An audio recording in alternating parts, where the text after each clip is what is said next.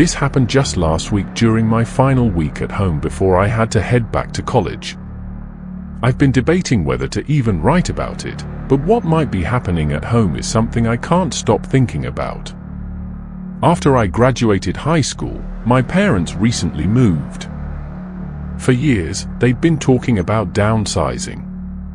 And once I was heading off to college, they finally pulled the trigger. The timing meant I'd only been to the new place a handful of times. When they first bought it, my parents had given me the basic tour, pointing out where everything was and explaining some of the quirks of an older home. One thing they specifically mentioned was that the house didn't have a basement, just a crawl space for utilities. They seemed pretty definitive about that, so I never gave it much thought. The night before, my parents had left for a week-long vacation, so I had the place to myself. The first night I noticed anything strange was a Tuesday. I was lying in bed trying to fall asleep when I heard this tapping sound coming from directly below the floor. It was consistent both rhythmically and volume-wise. At first, I thought it might be the heating system or maybe pipes settling, but it didn't stop, which made me second-guess myself. I should mention that the room I'm sleeping in is on the first floor of the house, so the sounds were definitely coming from underground.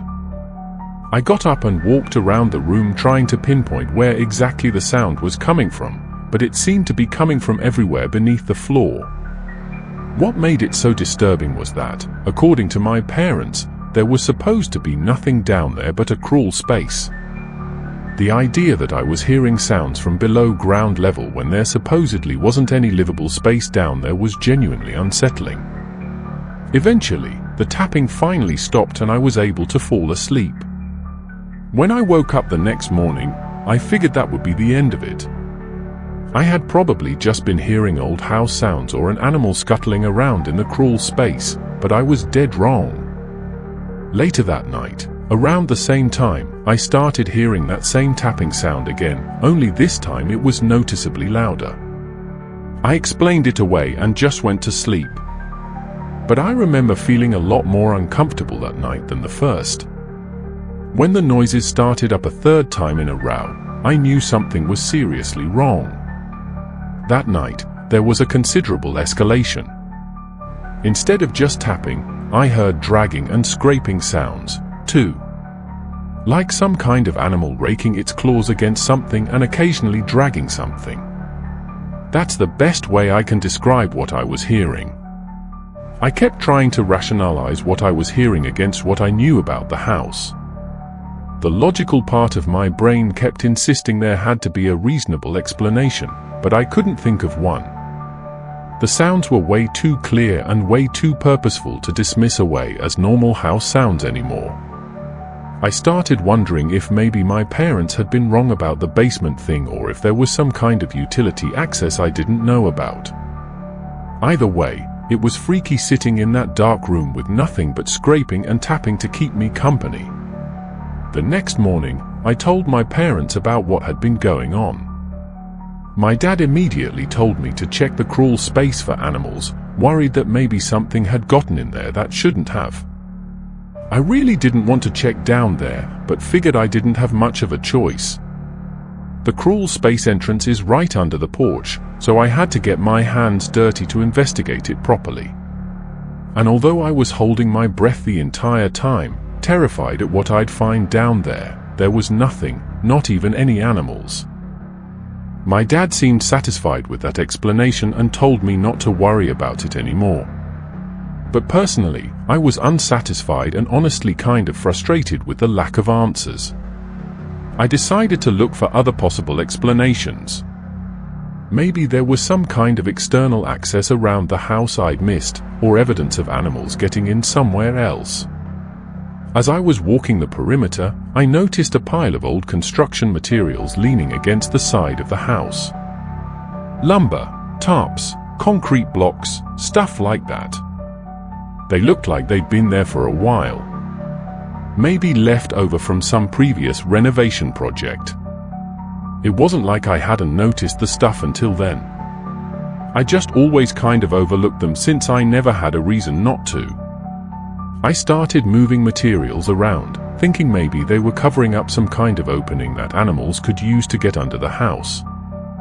What I found instead was much, much worse. Hidden behind the construction materials was a storm door that had been completely concealed. It was partially painted over and obviously hadn't been used in a long time, but it was definitely a legitimate entrance.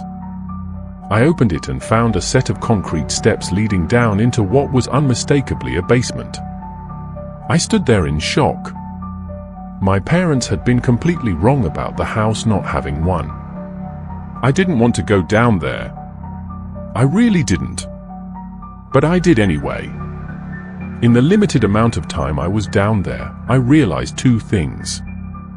One, someone had clearly been living in that basement, which I could tell from the empty food containers scattered about. And two, whoever had been living down there was not a normal homeless person, which I could tell from the markings that were scratched into the wood foundation. There were scratch marks. They looked like tallies on one of the pillars with what looked like demonic drawings on another. Drawings of people and animals, but in a seriously messed up way. Stuff I don't want to repeat here. I didn't stay down there any longer than I had to. It was and still is the freakiest scene I've ever stumbled upon. I immediately called my parents to tell them what I had found. They were completely shocked and said they had no idea there was a basement, let alone that someone had been living in it. My dad asked me 100 times if I was sure that there was no one currently in there. And I reassured him that there wasn't. Then he said they'd cut their vacation short and come home immediately. The first thing I did after hanging up was go out and buy a heavy-duty padlock. I secured the storm door from the outside, thinking that would solve the problem and keep whoever had been staying there from coming back. That same night, I was woken up by aggressive banging and rattling coming from outside. I instantly knew what it was. Someone was trying to get back into the basement and was clearly frustrated that the door was now locked. The banging was so loud and violent that I was afraid they might actually break the door down. I remember freezing up as my heart started to race. I couldn't move. The banging stopped and that unfroze me. I crept over to the window and looked out just in time to see a figure sprinting across the backyard into the darkness. I couldn't make out any details about who it was, but seeing them flee made the whole situation feel more real and threatening. The rest of the night was kind of a blur, honestly. Mostly because I was so terrified and shaken up, as much as I hate to admit it. The police did a thorough search of the house, including the basement, but obviously they found nothing. They couldn't do much beyond promising to increase patrol in the area. My parents came home the next day and they insisted that everything would be fine now that they were back. They said they'd figure out a more permanent solution together and that I shouldn't worry about it anymore. I left for college the following morning as planned, but I was and still am extremely unsettled by the whole experience. It felt wrong to leave my parents there alone. Especially since we have zero information about the person who has literally been living in our house for who even knows how long. It's only been a few days since I left, and I've been anxiously waiting to hear from my parents about whether anything else has occurred. So far, nothing has, but that hasn't put me at ease at all. I can't stop thinking about those awful markings I found in the basement, especially those sadistic drawings. I can't even begin to imagine what that person has been doing down there. If I'm being real, I'm really scared that something else is going to happen. Music. I grew up in a small town a few miles from the Montana-Idaho border. I was on the Montana side. Nothing much ever happens out here. And honestly, that's part of why I never left. This happened a really long time ago before the whole world had a cell phone and was chronically online. To be honest, my area hasn't changed much at all since then, which is part of the reason why what I'm about to tell you is so fresh in my memory. It was the very end of August, one of those final days of summer when you can already feel the seasons turning. That morning, I was driving my usual route to work, just a 2-lane stretch of highway that cuts through farmland and low hills. Around 15 minutes out, I spotted a car pulled off on the shoulder. It was a light blue older model sedan, and it looked like it had been there for a while. It was just sitting there on the shoulder. No hazards on, no one standing outside, just sitting there, angled slightly toward the ditch. Now listen, I'm no fool, but I am the type of guy to help a person in need. It's just how I was raised. As I got closer, I slowed down a bit to get a better look. The car wasn't running, and I couldn't see anyone inside. No one in the driver's seat, passenger seat, or the back. It was definitely strange, especially that early in the morning, but it wasn't exactly alarming. People break down and walk off for help all the time out here. I figured maybe someone had car trouble and headed off to the nearest farmhouse, so I kept driving. I had to get to work and it didn't seem like an emergency. In all honesty, I kind of forgot about the whole thing by the time I got off. But as I was driving home, I saw that exact same car again in the exact same spot. The only difference was that this time the driver's side door was wide open. It hadn't been like that in the morning. I was sure of it. I slowed down again, craning my neck a little as I passed. But there was still no sign of anyone. No one walking nearby, no tracks I could see, just that same old car, sitting there with a door hanging open like someone got out in a hurry and never came back. That time, I didn't shrug it off. I pulled over once I had signal again and called the non-emergency line. I told the operator where and what I had seen, and she thanked me before saying someone would check it out. When I was driving into work the next day, the car was finally gone. So, I figured that would be the end of it. About a week later, though, while I was eating breakfast, I saw something on the local news that caught my attention. Reportedly, the police were investigating a missing person case. Something about a vehicle found abandoned along a rural stretch of highway just outside town. The things they were saying lined up exactly with what I had seen. I instantly connected the dots and turned up the volume on my TV. They didn't release the guy's name, but they said the car was registered to a man from out of town who never showed up to where he was supposed to. The thing was, according to the authorities, there was no sign of foul play and there were no witnesses to the situation. I've always been slightly suspicious of the media, so I wasn't sure I believed the story the news people were giving. Either way, it was eerie that I had basically been wise to the situation right when it happened. Come to think of it, I might have been the first person or even the only person to have reported that car on the side of the road at all. It was definitely a weird feeling. I tried to move on with my life, but I just couldn't. The curiosity was getting the better of me. Like I said before, not much happens out here, so something as odd as this was far too peculiar for me to just ignore. The next morning, I called my brother up. I'll just call him Benjamin. He's a local firefighter, not in my exact town, but close enough that we usually hear about the same stuff. That's just kind of how things are around my neck of the woods. I wanted to ask him if he had any information from the police department because I knew for a fact they often communicate with each other. He told me that they had gotten some memo about it from the sheriff's office, something about a vehicle found abandoned and obviously the missing person. I asked him if the police were planning to do anything about it. He said he didn't know for sure, but that they'd probably organize a search at some point. He didn't have many details beyond that. I told him we should help out and maybe see if a few of the guys from the station would be willing to join in, too. At first, he was confused as to why I was so invested in the whole thing, but I eventually convinced him. And by the way, I'm not really sure why I was so adamant about it either. I guess I just felt like I had some personal connection to it. I didn't even know how we'd coordinate with the police and organize the search, so I let my brother handle all of that himself. Within a couple days, and with permission, of course, he pulled something together. The police were already planning on doing a search, and they appreciated the added help. It wasn't anything too grand, just a few officers, some off-duty firefighters, and me. The search was centered around a shallow wooded patch and a couple of old irrigation ditches that ran just off the shoulder of the highway. It was the kind of terrain that wouldn't look like much from a passing car, but once you were on foot, it was clear how easy it would be for someone to get turned around or slip out of sight. We split off into pairs to be as efficient as possible.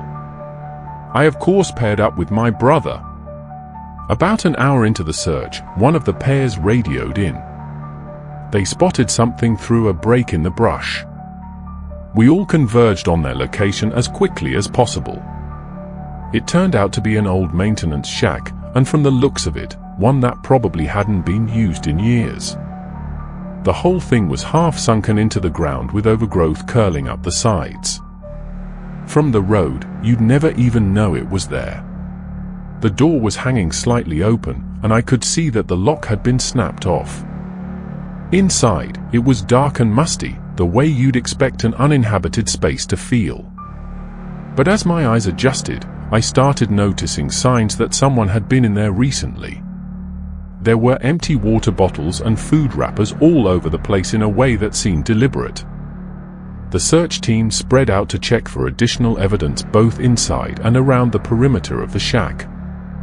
One of the firefighters said he spotted something by the back wall. So, the rest of us went over to check it out. There was a small, clean hole in one of the wooden boards just above floor level. The hole had sharp splintered edges that looked nothing like the kind of damage you'd expect from weather or rot. It looked exactly like a bullet hole.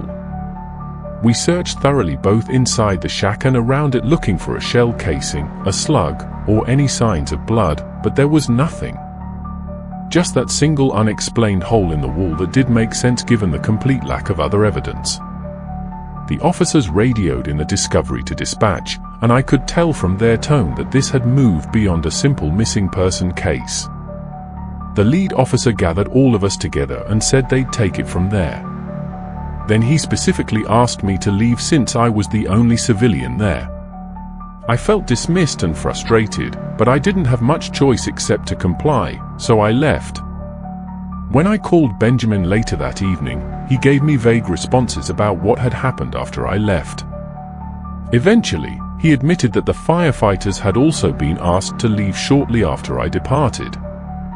The police had basically cleared everyone out and took over the scene entirely. Over the following weeks, I waited for updates. Benjamin's contacts at the department claimed they didn't know any details about the case, which I found strange. The local news never followed up beyond the original missing person report. It was like the whole thing had just been quietly dropped. Eventually, I decided to drive back and find the shack on my own. I was certain I remembered exactly where it was. So, one day I drove along the highway until I found the spot where we had begun the search. I spent hours walking the area where I was absolutely certain the shack should be. I followed the irrigation ditches to a T. Everything from the terrain to the sky looked exactly the same as it had that day, but there was nothing. No shack in sight. I started questioning my own memory. I figured there was a slight chance that maybe I wasn't looking in the exact right place. But even if that were the case, the shack should have been somewhere in that immediate range. I tried a different section of the search area, then another, but still found nothing. It was so strange, stranger than I'm describing it now. I remember standing there in that overgrown scrubland, completely alone with the exception of the gentle breeze that whisked past me every so often. Peaceful, yeah, but strange. The only other explanation I could come up with was that maybe the county had removed the shack entirely. It wouldn't have been too difficult to excavate the thing and haul it away, but that seemed like an extreme response to what was supposed to be a routine missing person case. Those were the only two options, though. Either my memory had misled me or the shack was no longer there.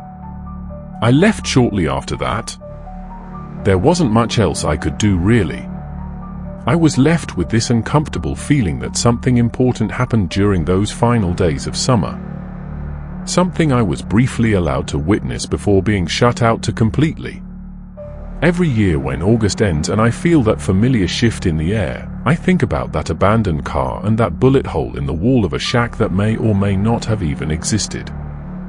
Music. This happened last August and it's completely changed how I feel about solo camping.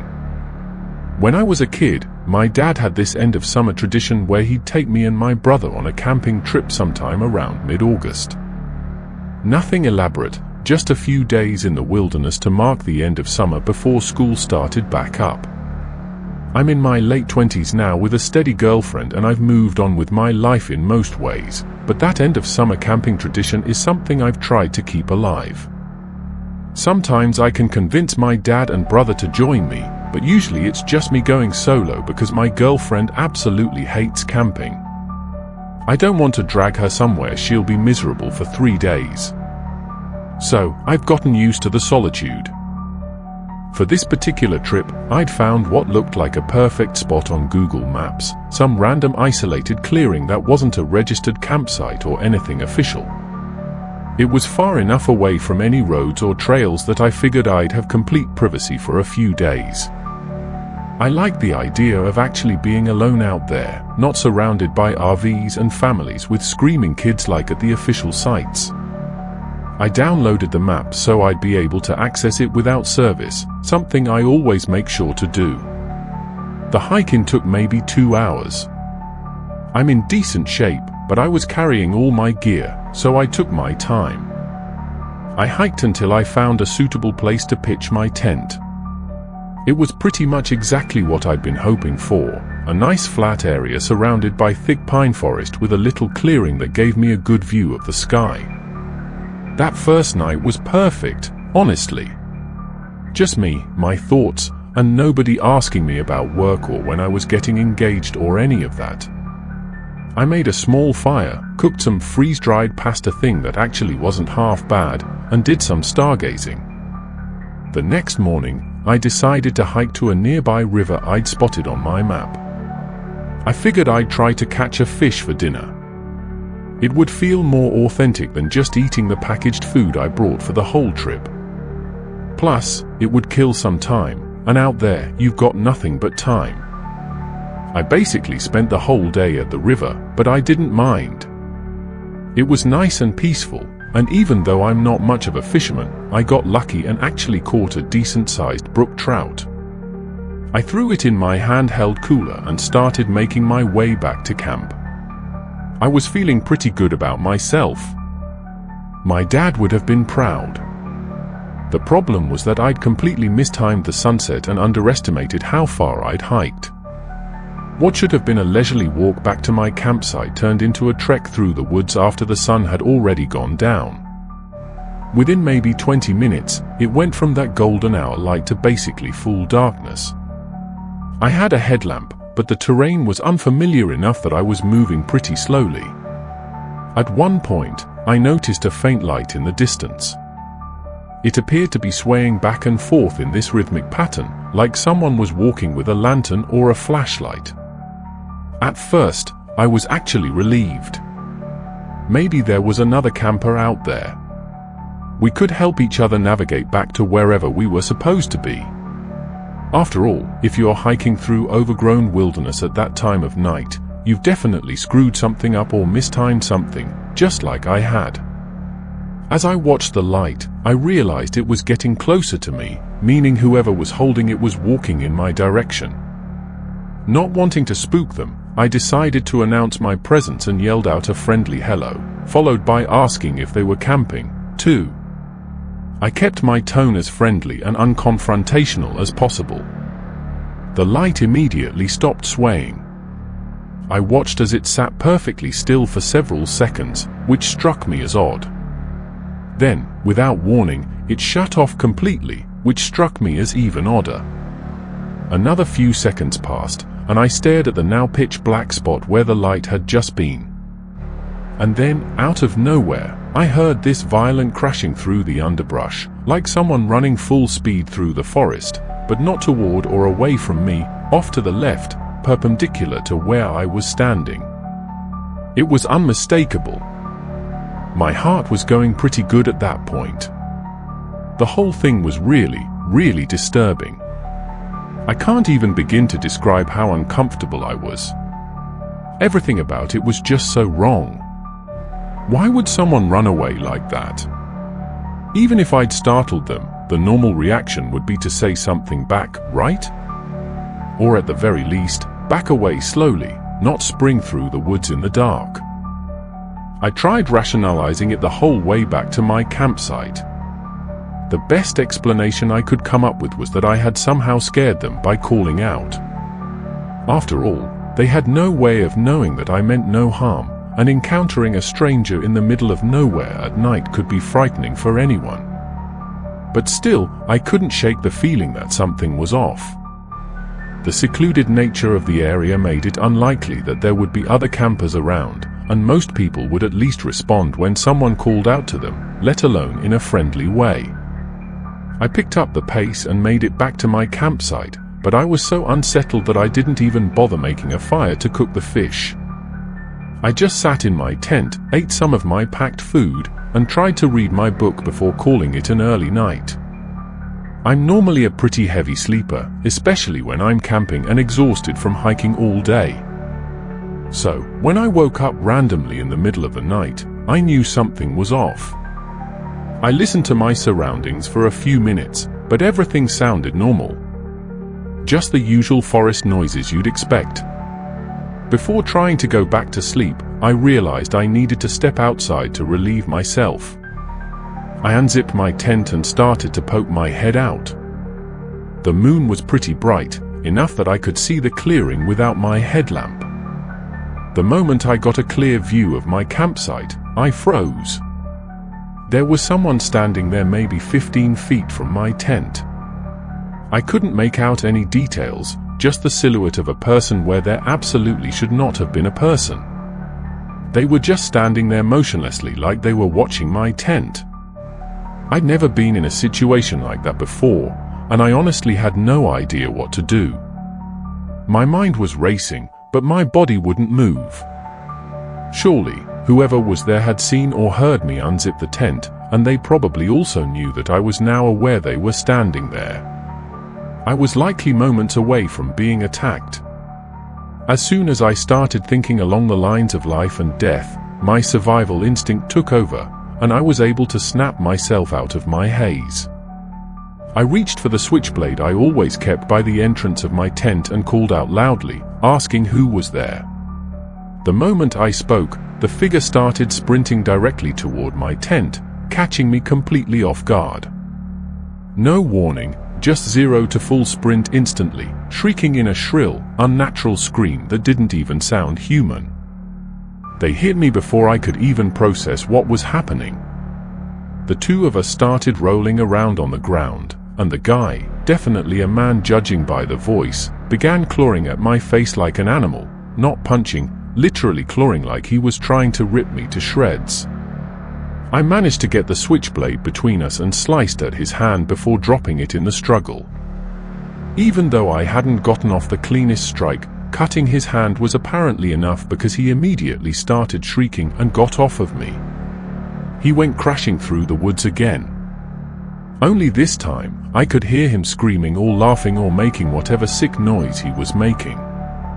I sat there for who knows how long trying to process what just happened. My face was stinging from the scratches and my hands were shaking uncontrollably. I could feel blood all over my face, but I wasn't sure if it was mine or his. I considered trying to hike back to my car immediately, but navigating through the woods in pitch black darkness seemed like an even worse idea than staying put.